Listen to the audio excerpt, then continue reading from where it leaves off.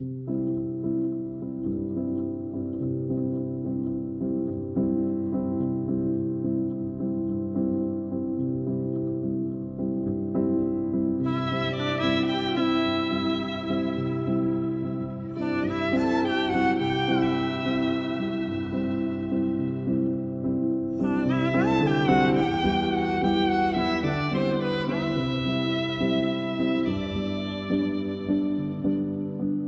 chercheurs de sens de la tradition védique et des grands noms de l'histoire, comme Krishna, Gandhi ou Saint François d'Assise, nous ont proposé des solutions de non-violence.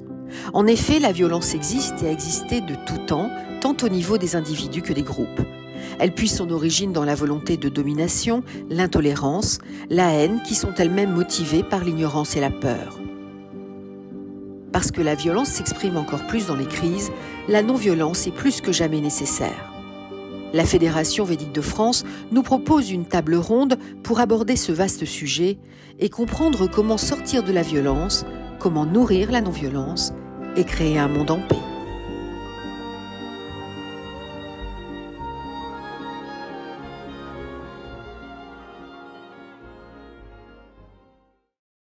Bonjour à tous. Les membres de la Fédération védique de France sont réunis aujourd'hui pour parler de la question de la non-violence en temps de crise, thème qui a été abordé tout au long de l'année 2022 sous forme de différents thèmes que vous pouvez retrouver sur notre site www.fédérationvédiquedefrance.fr à la rubrique Enseignement védique. Sans plus attendre, je souhaite saluer tous les intervenants de cette table ronde et les remercier de leur participation et de la préparation qu'ils ont faite sur les questions que nous allons aborder. Swamini Amrita Jyoti Prana. Marie. Bonjour. Padmasini. Bonjour. Nitai. Bonjour. Frédéric. Bonjour. Léa. Bonjour. Varuna. Bonjour. Et Yogendra. Bonjour. Nous vous remercions et nous allons sans plus attendre passer à la première question. Martin Luther King disait que la non-violence est une arme puissante et juste qui tranche sans blesser et ennoblit l'homme qui la manie. C'est une épée qui guérit, disait-il. Nitai, est-ce que tu peux nous partager ta perspective sur le sujet? Oui, merci.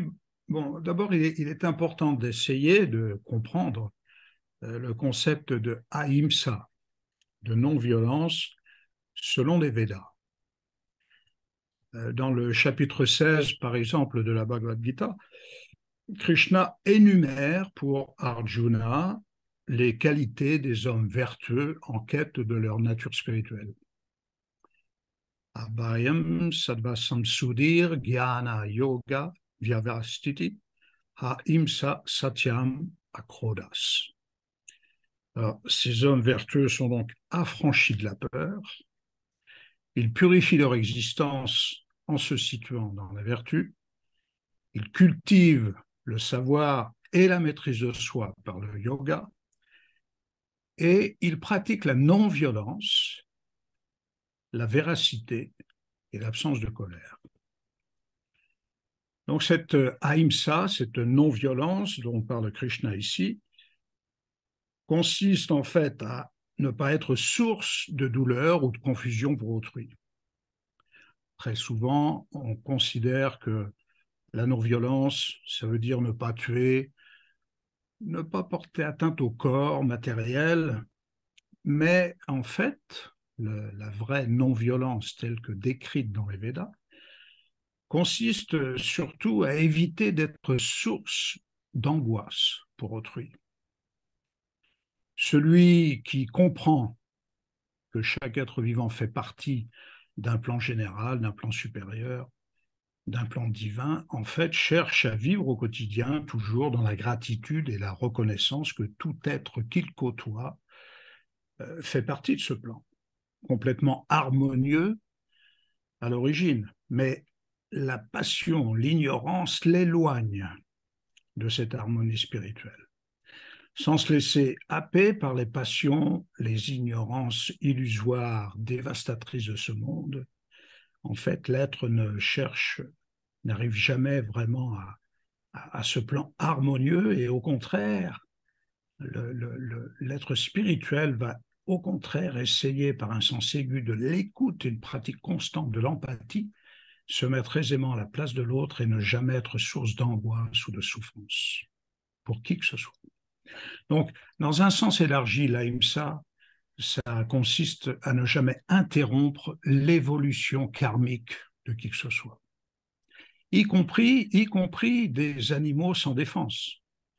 Selon la loi du karma, chaque être évolue d'une vie à l'autre, d'une espèce à l'autre, pour arriver enfin à la forme humaine, forme qui est privilégiée, on est bien d'accord, pour la réalisation spirituelle. La non-violence qui est parfois pratiquée à des fins politiques pour faire plier un oppresseur ou un gouvernement peut des fois produire des résultats, mais si elle n'est pas accompagnée d'une profonde compréhension spirituelle, elle peut se retourner parfois contre ses auteurs qui, dans certains cas, sont perçus comme des menaces pour l'ordre existant.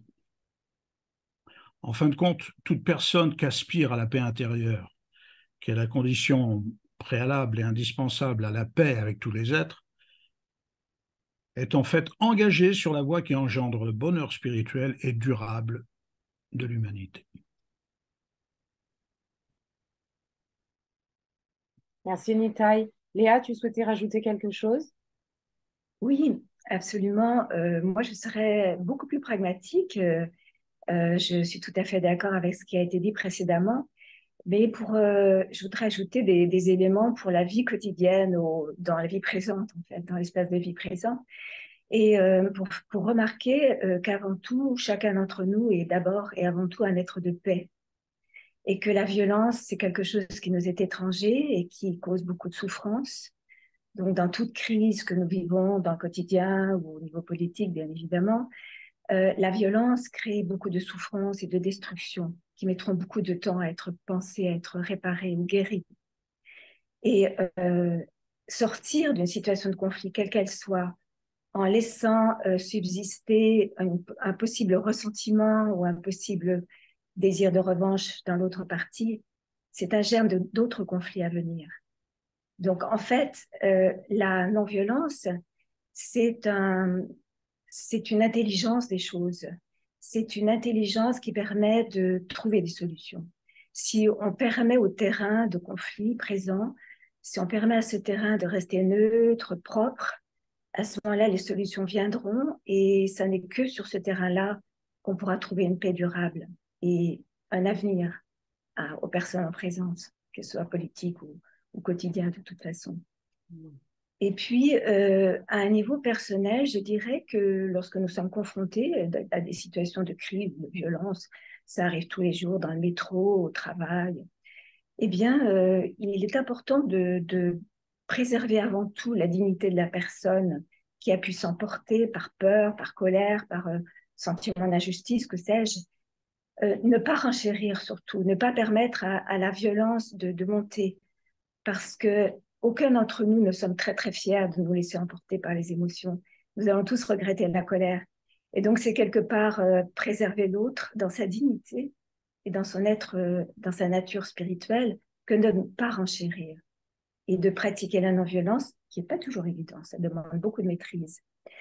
Et en fait, la non-violence, je rejoins Nitai, ça a été un concept politique, mais c'est avant tout une notion spirituelle qui préserve, encore une fois, la nature de chacun, la nature propre spirituelle de chacun, sa dignité, et qui préserve l'intelligence des situations et la véracité, la vérité. Et ce sont les conditions absolument nécessaires pour établir une paix durable et faire que ce monde sera un monde agréable à vivre pour tous. Voilà, des considérations plus pragmatiques peut-être, mais je pense utiles. Merci à tous les deux pour vos réponses. Nous allons passer à la deuxième question. Question fondamentale, peut-on enseigner la non-violence? Swamini, pouvez-vous apporter votre éclairage sur cette question? Oui, je suis convaincue qu'on peut enseigner la non-violence. Et j'ai envie de dire, la première approche ne serait-elle pas de prendre conscience de l'origine de la violence? Comme disait Léa, l'être humain est un être de paix. Comment se fait-il qu'il y a de la violence? Donc commençons par le commencement. J'ai eu envie d'aborder ce point par la naissance. Jusqu'aux années 70, en France du moins, le bébé était suspendu par les jambes à la sortie du ventre de sa mère. Tout le monde applaudissait et bien souvent, on lui donnait une tape sur les fesses pour le réveiller. Les bébés étaient encore, à cette époque, opérés sans anesthésie parce que, disait-on, ils ne s'en souviendraient pas de l'opération. Suite au travail de plonger dans les profondeurs de l'inconscient qu'il a effectué auprès de son maître en Inde, le médecin obstétricien Frédéric Leboyer a écrit un livre retentissant pour une naissance sans violence en 1974, où il décrit les traumatismes inouïs de la naissance et l'impuissance, la rage qui s'exprime alors dans l'être du bébé. Ces traumatismes conditionnent la relation de l'enfant avec la vie. Par exemple, dit-il, le fait qu'on coupe immédiatement ou non le cordon ombilical change du tout au tout la manière dont s'installe la respiration et partant le goût même de la vie pour l'enfant. Bref, pour éviter que des tensions énormes s'installent dans le corps de l'enfant, tensions qui peuvent l'inciter par la suite à recourir à la violence pour s'en libérer, il faudrait éduquer les futurs parents ainsi que toute personne impliquée dans la naissance, les sensibiliser au vécu du nouveau-né qui est un être sensible et conscient. C'est aujourd'hui, heureusement, indiscutable. La tradition védique considère que l'enfant, pendant la grossesse et les premières années de la vie, a besoin avant tout d'amour et de sécurité affective. Il ne devrait pas être exposé au conflit et à la violence pendant cette période. Cependant, dans la réalité, cette situation idéale est assez rare. Dans son développement, l'enfant va traverser des moments difficiles, des moments de peur, de rage, d'impuissance, de désespoir même, qui vont générer des tensions et de l'agressivité. Si l'enfant est bien accompagné, avec écoute et bienveillance, ce qui n'exclut pas la fermeté, il pourra faire un travail de maturation lui permettant de gérer cette agressivité. Mais, mal accompagné, l'enfant gardera en lui ces empreintes de violence qui reviendront en force lorsqu'il sera confronté à des situations difficiles à vivre, humiliation, frustration, impuissance, et qui le pousseront à réagir et parfois à surréagir par des passages à l'acte violent. L'école devrait être outillée pour permettre la libération des tensions, l'apprentissage émotionnel, par exemple le yoga, la CNV, communication non violente, pourrait être enseignée et pratiquée.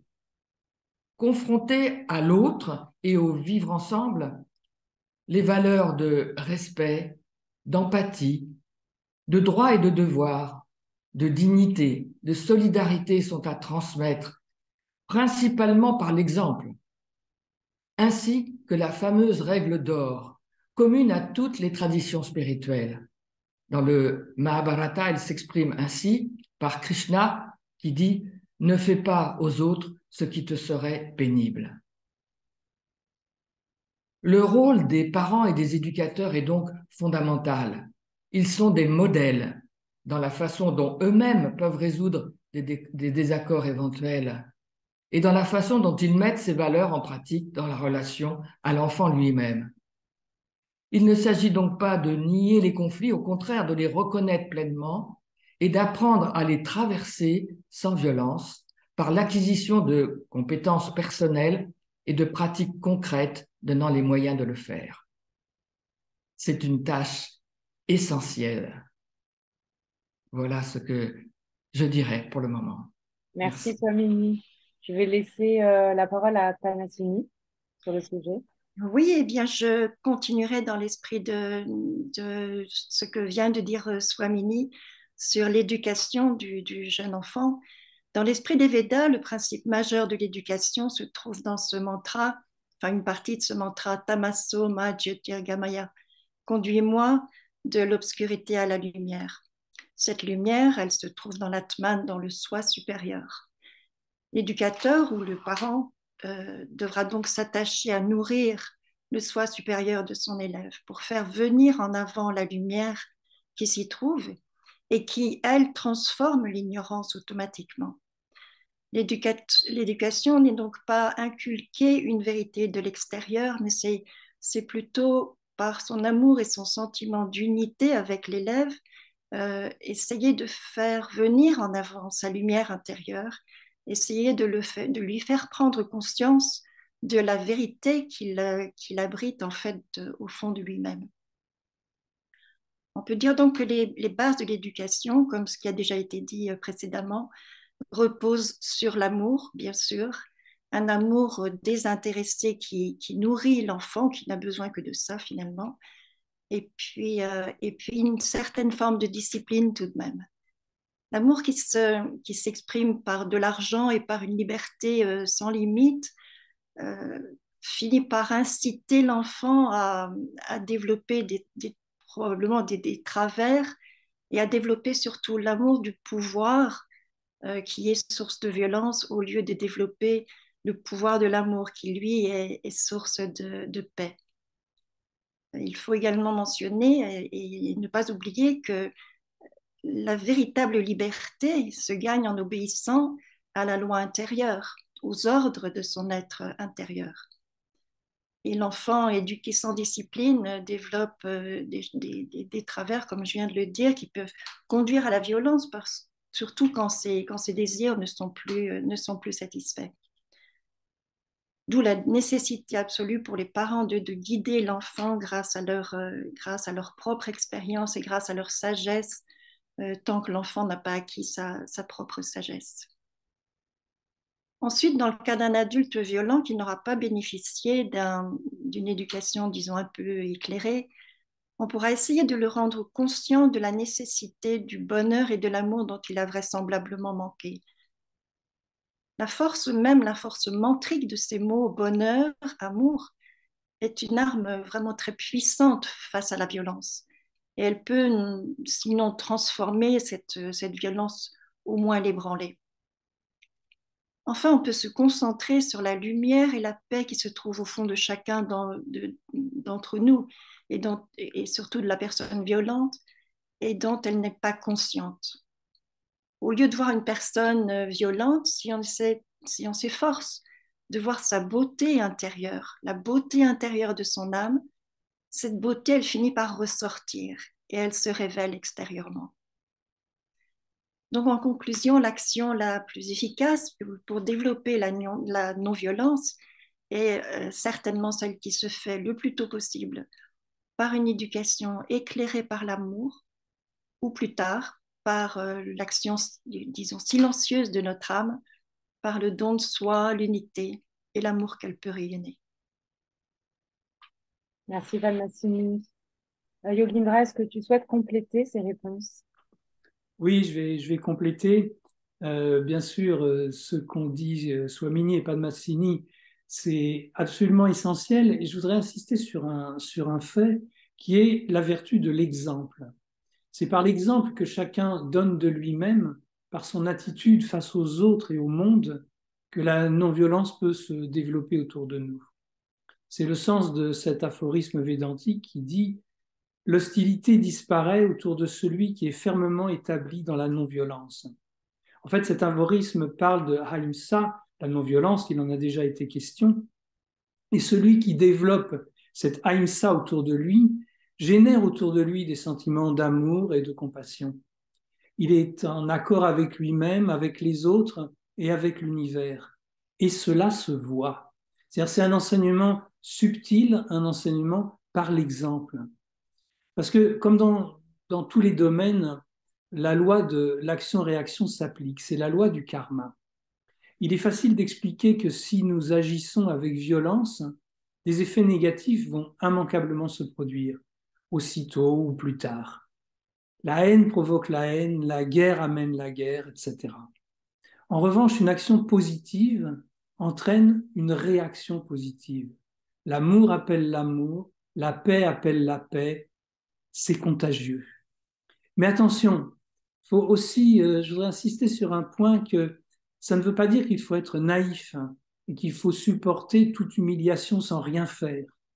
Cette attitude de non-violence demande à être vigilant et d'agir avec discernement, en faisant de notre mieux, dans ce que j'appellerais un renoncement joyeux aux fruits de l'action et en offrant le résultat à l'infini, à l'univers. Merci Yogindra, merci à tous les trois, Padmasini, Swamini, pour la qualité de vos réponses. On va passer à la troisième question avec Frédéric et Padmasini. Alors avec Gandhi ou avec la création de l'ONU en 1945, des solutions institutionnelles ont vu le jour au XXe siècle. En tant que fédération védique, quelles actions est-ce que vous pourriez recommander à l'ONU, par exemple, en faveur des actions pour la paix? Je vais laisser Frédéric d'abord et Padmasini ensuite répondre à ce thème qu'elles connaissent bien. Frédéric? Eh bien, je dirais ceci. Les victimes de la guerre ne sont pas seulement les morts et les blessés, ceux qui voient leur maison détruite ou les déracinés. Les victimes de la guerre, ce sont aussi tous ceux qui veulent la paix et ne sont pas entendus. Dans ce contexte de poudrière où se trouve actuellement le monde et d'insuffisance, sinon de paralysie de la diplomatie, l'initiative la plus urgente serait alors de faire entendre haut et fort la voix de tous ceux qui veulent une paix digne d'une humanité civilisée. Ceux-là, présents dans tous les pays, se voient le plus souvent démunis pour traduire cette volonté commune en action. Ils croient que leurs appels sont voués à rester limités, confidentiels, en tout état de cause dérisoire. Cela ne correspond pas à la réalité, car ceux qui aspirent à vivre en paix, ceux qui espèrent voir grandir leurs enfants dans un monde meilleur, représentent la plus grande armée mobilisable de la planète. C'est une armée d'une force unique, sans colère, sans esprit de revanche, sans rage d'anéantir, animée par le respect des valeurs humaines et de fait, par l'amour de ses semblables. Le courage n'est pas dans l'attaque, mais dans la retenue. La colère ou la haine trahissent au contraire une faiblesse. La victoire n'est pas dans le gain ou le partage des débris de la guerre. Elle est dans le triomphe de l'esprit de paix. La paix est la base de toute action. Elle relève de la responsabilité de chacun à poser dans sa vie des actes justes. Mais elle ne lui demande pas de résoudre l'insoluble. La paix est inhérente à tout être vivant. Ce n'est pas une compétence extérieure, confisquée ou confiscable par une quelconque organisation. Elle fait appel à des valeurs que nous mettons le plus souvent spontanément en pratique et qu'il est essentiel de savoir cultiver.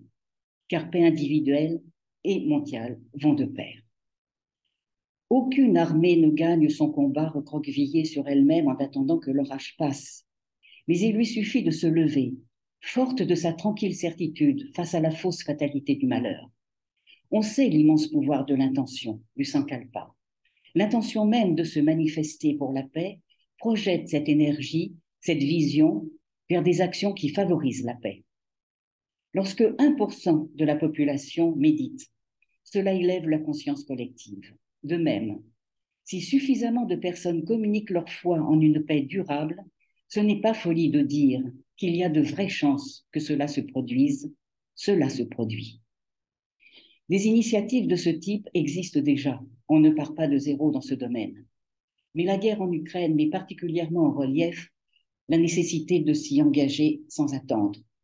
À l'exemple de ce mouvement international I Stand for Peace, je défends la paix, conçu dès l'aggravation du conflit par Gurudev Sri Ravi Shankar, fondateur d'Art of Living, l'une des 8 associations qui constituent la Fédération védique de France.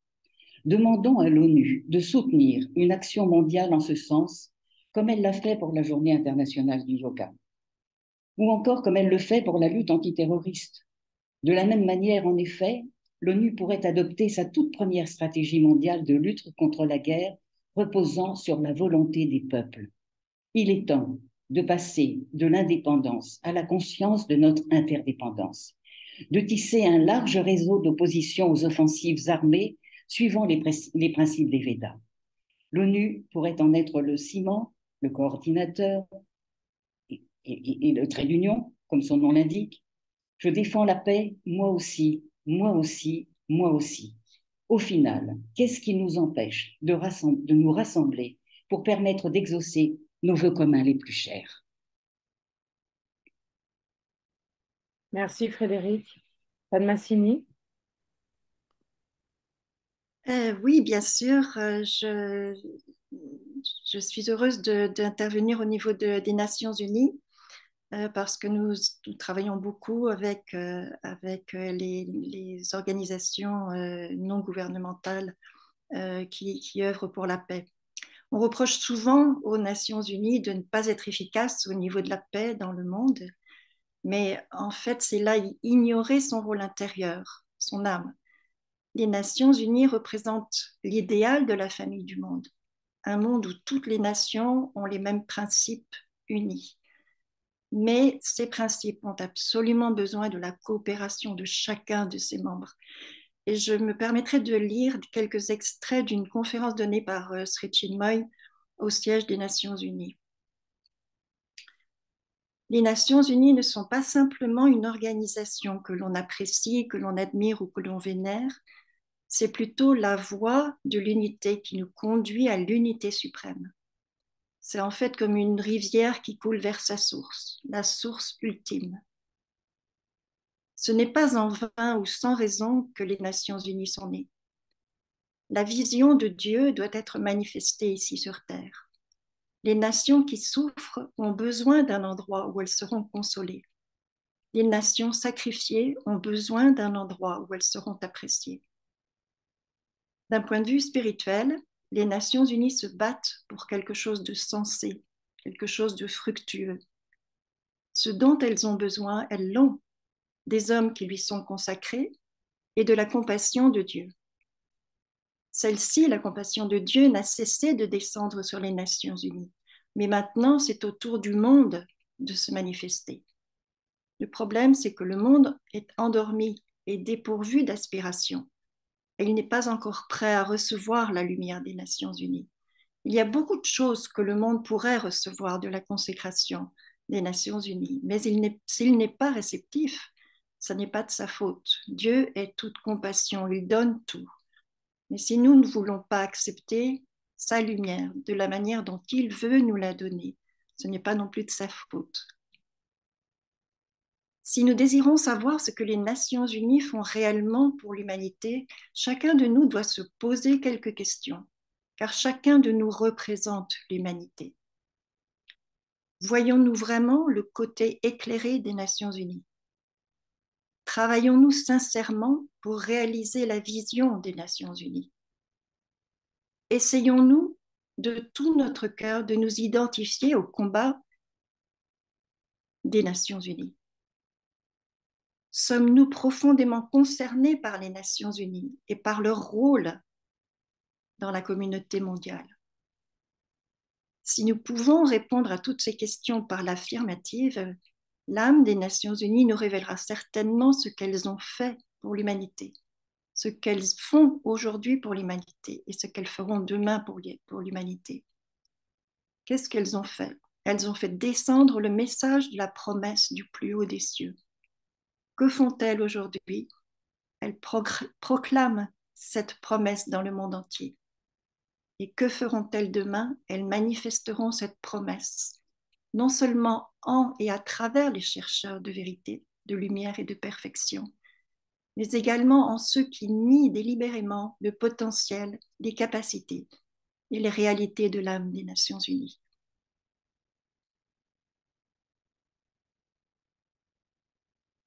Merci à toutes les deux pour vos réponses. Je vais inviter Varuna, Marie et Yogendra à réapparaître. Vous avez tous, à votre manière, fait référence à l'importance du mental sur le processus de paix. Et j'aimerais vous demander ce que la tradition védique entend par là et quelle est sa position sur le processus de paix intérieure et extérieure. Pour cette question essentielle sur le thème de la non-violence, je vais donner la parole à Varuna, à Marie et à Yogindra. Varuna. Oui, merci de permettre de répondre à cette question. Alors, je dirais que la tradition védique nous apprend deux choses. La première, c'est que la hamkara, l'ego, qui est le sentiment d'être une entité séparée du tout, est la base, la source de toute violence. Et que tant que l'ego subsiste, la violence sera présente. Et la seconde chose que nous apprend la tradition védique, me semble-t-il, c'est que la paix dans le monde commence par la paix en soi. Alors, comment obtenir cette paix en soi? Comment se désidentifier de l'ahamkara, de l'ego?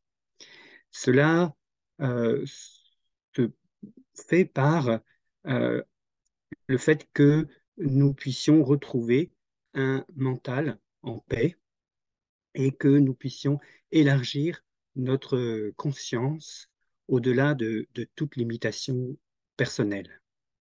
La paix en soi aussi est reliée au respect du dharma, c'est-à-dire de l'action juste. Et qu'est-ce que l'action juste? L'action juste, c'est celle qui est bonne pour moi et pour les autres. Et si chacun a des actions qui sont justes, ainsi tout le monde contribue à la paix universelle, à l'harmonie universelle. Alors il existe des moments dans l'histoire où la nature et le mental humain sont particulièrement agités et cela affecte la paix extérieure et il est aussi difficile de trouver la paix intérieure et la paix en soi. Et là, la tradition védique apporte une solution par la tradition des yajnas, la tradition des rituels védiques qui permettent de trouver d'être un remède pour les déséquilibres de grande ampleur qui affectent la paix extérieure. Merci Varuna. Marie, tu souhaites ajouter quelque chose? Oui, je vais ajouter quelque chose. Et en fait, je vais vous lire un court texte de ce que mon maître de Raja Yoga disait à propos du processus de la paix. Alors, il disait ceci. De nos jours, le monde est dans un état d'agitation et de désordre.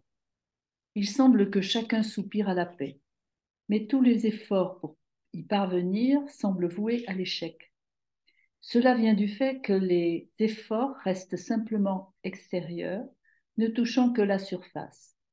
Il s'agit en réalité d'abord d'un problème d'individu, puis d'un problème de société. Il est par conséquent nécessaire de l'aborder dans cet ordre. La paix du monde est étroitement liée à la paix individuelle, pour laquelle chacun doit considérer l'état intérieur de son mental. Si le mental de l'homme est ramené à un état d'ordre et de paix, tout dans le monde extérieur rentrera dans l'ordre de la même façon. Voilà, tout est dit. En fait, le processus pour une paix durable passe par un travail sur soi, un travail intérieur. Et chacun de nous peut devenir une force de changement, car ce que nous pensons détermine notre réalité. Voilà, la tradition védique propose plusieurs moyens.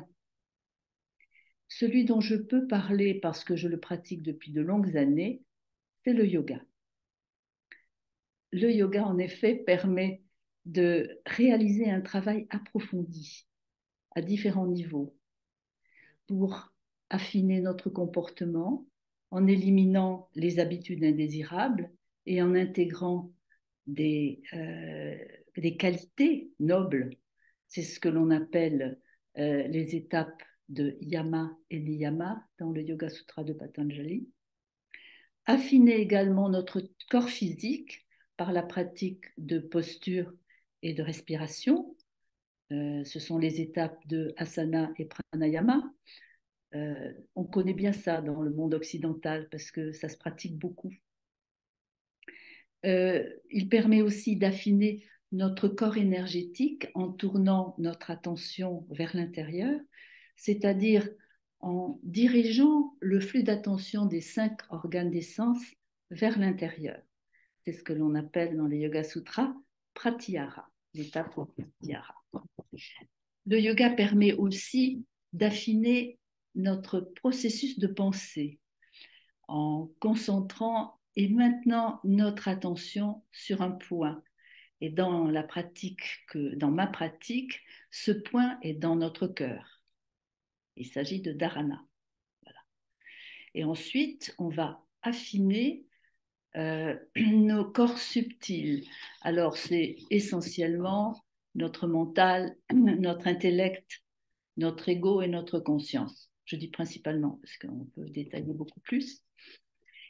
Et ceci, on le pratique en recevant un flux continu de connaissances sur ce point du cœur qui permet d'étendre, en fait, d'élargir le spectre de notre conscience. Et c'est l'étape de dhyana pour enfin entrer dans un état d'absorption profonde que l'on appelle samadhi dans les Yoga Sutras de Patanjali. Voilà.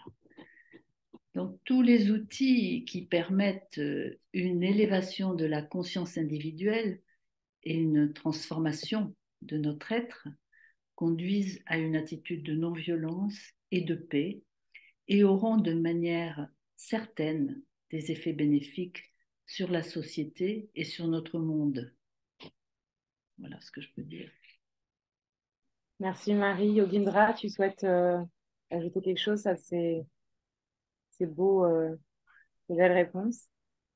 Oui, je veux bien. Je vais reprendre un petit peu en rajoutant quelques points sur ce qu'ont dit Varuna et Marie. Le plus important, ce qui a été dit, c'est que selon la tradition védique, la paix extérieure résulte d'une attitude intérieure. Et dans cette attitude intérieure, la non-violence, ahimsa, commence par soi-même.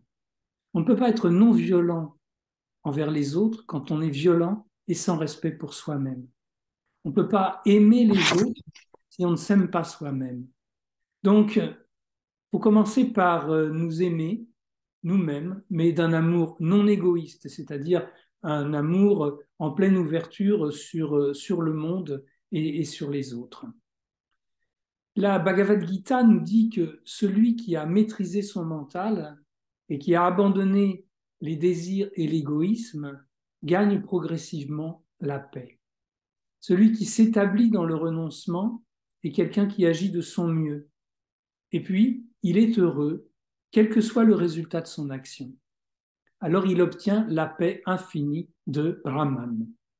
Rien ne peut plus le perturber et il ne peut plus perturber personne.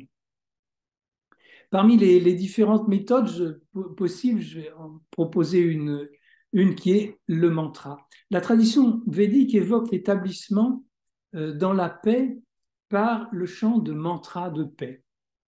Par exemple, beaucoup de mantras, et en particulier ceux qui sont appelés mantras de paix, se terminent par cette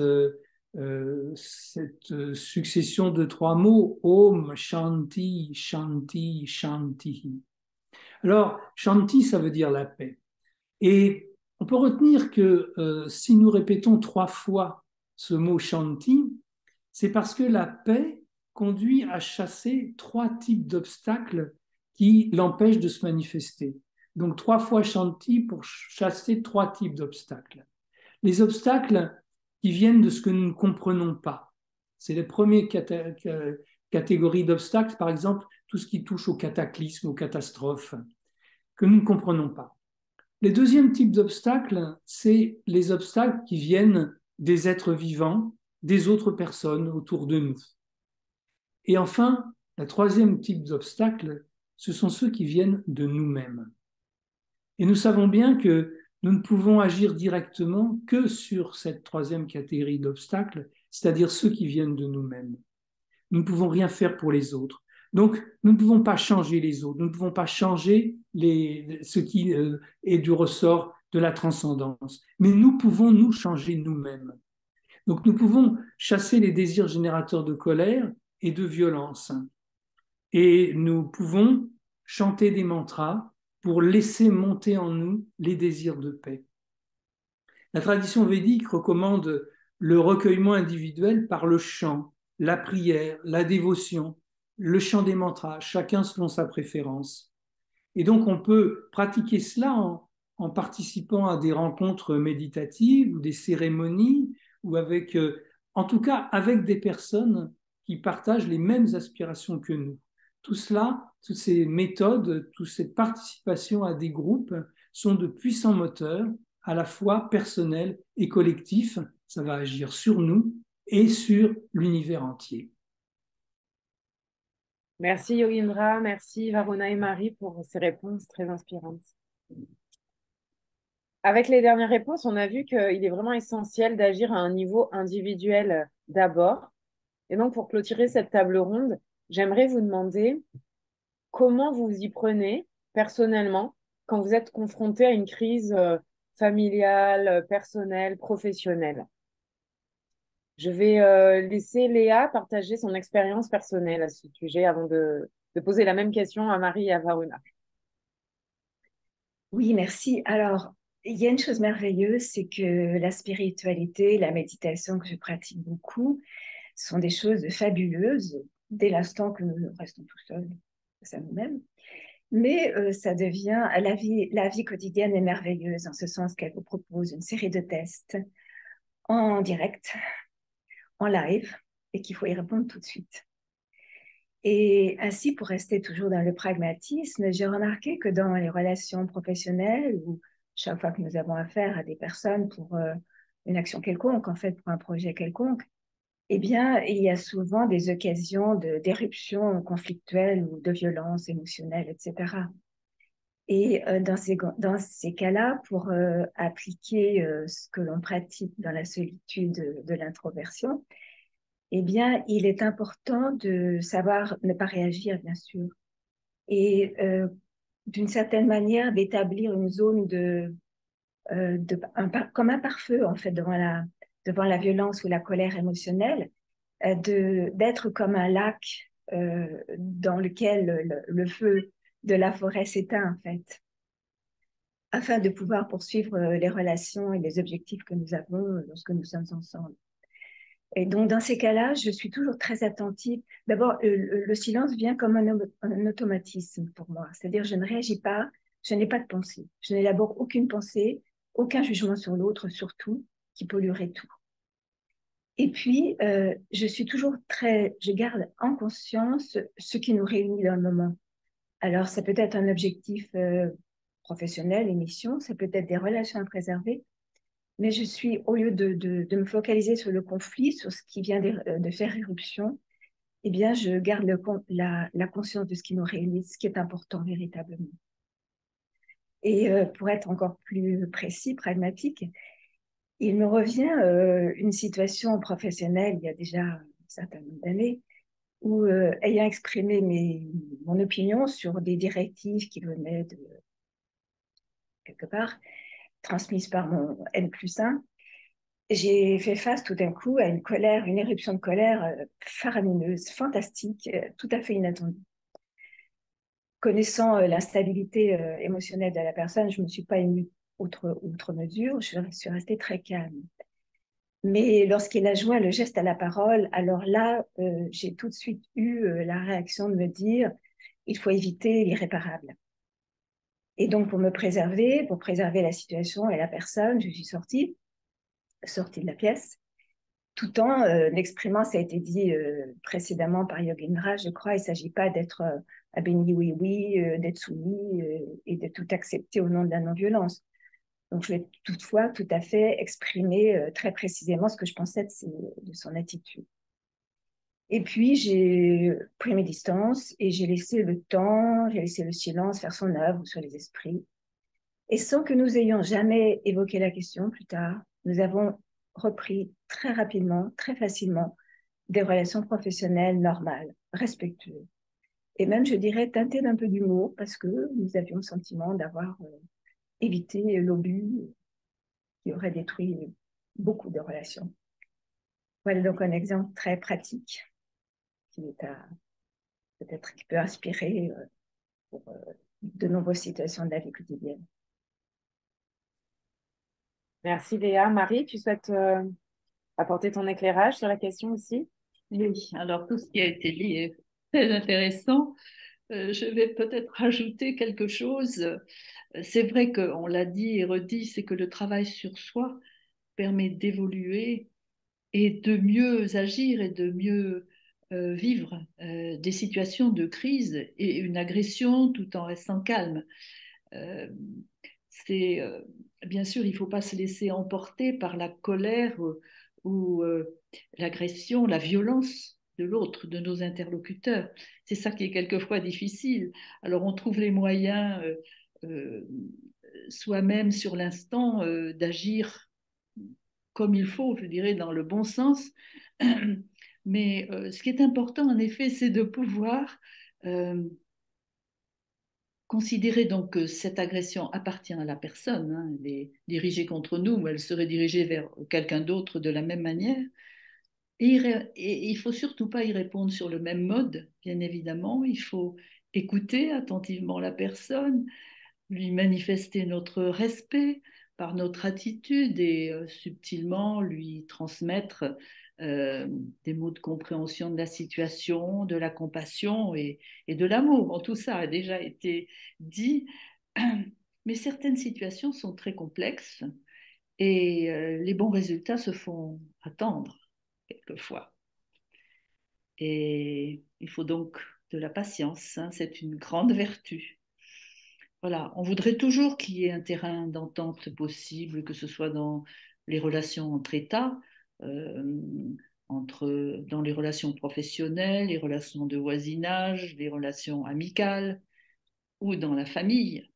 Mais lorsqu'il y a des crises, on les traverse, mais on a quelquefois des difficultés. Il y a un grand exemple dans la tradition védique, justement, c'est dans le Mahabharata. N'est-ce pas une terrible expérience vécue par deux clans qui étaient des clans rivaux, mais de la même famille. Et malgré l'intervention du Seigneur Krishna, les deux clans n'ont pas pu s'entendre. Et ainsi, une terrible guerre a eu lieu avec des conséquences désastreuses pour tout le monde. Et c'est ce qu'il faut, malgré tout, pouvoir accepter humblement. Voilà ce que je peux dire. Merci Marie. Varona, je vais te laisser apporter la dernière réponse à cette table ronde. Oui, alors beaucoup de choses ont été dites. Et, bon, pour en revenir à l'ego qui est la base de toute violence, l'ego, lui, il cherche toujours à séparer, saboter, voire même détruire en fait le lien d'amour et d'unité entre les autres. Et donc, face à l'agressivité, ce qu'il faut éviter, c'est de jouer ce jeu de l'ego qui cherche à répondre à l'autre ego et en oubliant notre véritable nature et aussi celle de l'autre. Bon, personnellement, j'essaie dans les moments de crise de, de- de garder mon calme, de ne pas répondre d'une manière précipitée, parce que ça peut accroître les tensions et c'est surtout le résultat d'une réaction émotionnelle. Et il me semble aussi que face à toute situation difficile, ce qui est essentiel, c'est l'acceptation. Cette acceptation du karma, l'acceptation que une violence puisse s'exprimer ou venir. Alors, accepter, ça ne veut pas dire, comme l'a très bien dit Léa, ça veut dire c'est quand même à garder sa dignité et faire en sorte de tout son possible de préserver la dignité de l'autre. Mais d'abord, l'acceptation aussi signifie ne pas être dans le jugement, accepter cette situation comme un résultat karmique, et ensuite essayer de faire de son mieux pour apaiser la situation. Alors, je prendrai un exemple personnel. Voilà, il n'y a pas très longtemps, il y a un de mes proches dans ma famille que j'ai pu retrouver, et avec lui, souvent, on engage des discussions, et il est très intelligent, il sait très bien argumenter, mais ça se termine souvent par une discussion animée, un peu où il veut avoir le dernier mot, et moi je me laisse emporter voilà, dans ce jeu de provocation. Et en fait, j'en avais même une certaine crainte en fait. Et le fait d'être une crainte, j'étais une victime d'une certaine manière, et c'est comme ça que le jeu se reproduisait. Donc, bon, j'avais toujours une petite appréhension de retrouver la personne, mais c'est ainsi. Voilà, et puis on se retrouve hein, dans les réunions familiales. Voilà. Et donc, voilà, le jour arrive et de nouveau, je retrouve la personne. Et ce jour-là, alors que la discussion commençait, que la personne était un peu véhémente, j'ai pu réussir à appliquer euh, certaines règles un petit peu qu'on nous enseigne, notamment respirer, garder ma respiration et réciter intérieurement un mantra, tout simple, le mantra Om Namah Shivaya. Et en fait, j'ai vraiment été étonné des résultats parce que euh, j'ai pu déjà ne pas être dans le jugement et surtout ressentir que je n'avais plus cette peur vis-à-vis de la personne. Et en fait, j'ai pu trouver les mots appropriés et la conversation s'est arrêtée toute seule. Il n'y avait pas besoin que ça continue. Voilà. Donc, je crois que il n'est pas toujours facile on peut pas toujours répondre dans l'immédiat. Donc, ce qui est important, comme ça a été dit, c'est la patience, c'est essayer par moment aussi d'attendre et par les outils de la méditation, de la prière, on peut retrouver euh, la solution adéquate. Et donc, en fait, peut-être pour terminer, je dirais que ce qui est essentiel, c'est d'essayer de garder son calme et d'avoir confiance que toute situation a une solution. Et voilà, alors après, on peut trouver des techniques différentes, mais pour moi, celle des mantras apporte vraiment des résultats surprenants. Voilà. Merci à tous les trois d'avoir apporté des réponses bien pragmatiques à cette dernière question de notre table ronde. Et je vais réinviter tous les participants à nous rejoindre. Je souhaite remercier chaleureusement tout le monde et chacun des 8 participants de cette table ronde, euh, à la fois pour votre présence chaleureuse et pour la qualité de vos réponses. On espère que ce moment vous aura nourri et que vous apprécierez cette vidéo. Je vais remercier chacun individuellement, donc Swamini, Marie, Varuna, Padmasini, Frédéric, Léa, Yogindra et Nitai. Et je souhaiterais conclure avec cette citation du sage Patanjali dans les Yoga Sutras qui nous dit « Si quelqu'un est installé dans la non-violence, autour de lui, l'hostilité disparaît. » Merci à tous. Merci.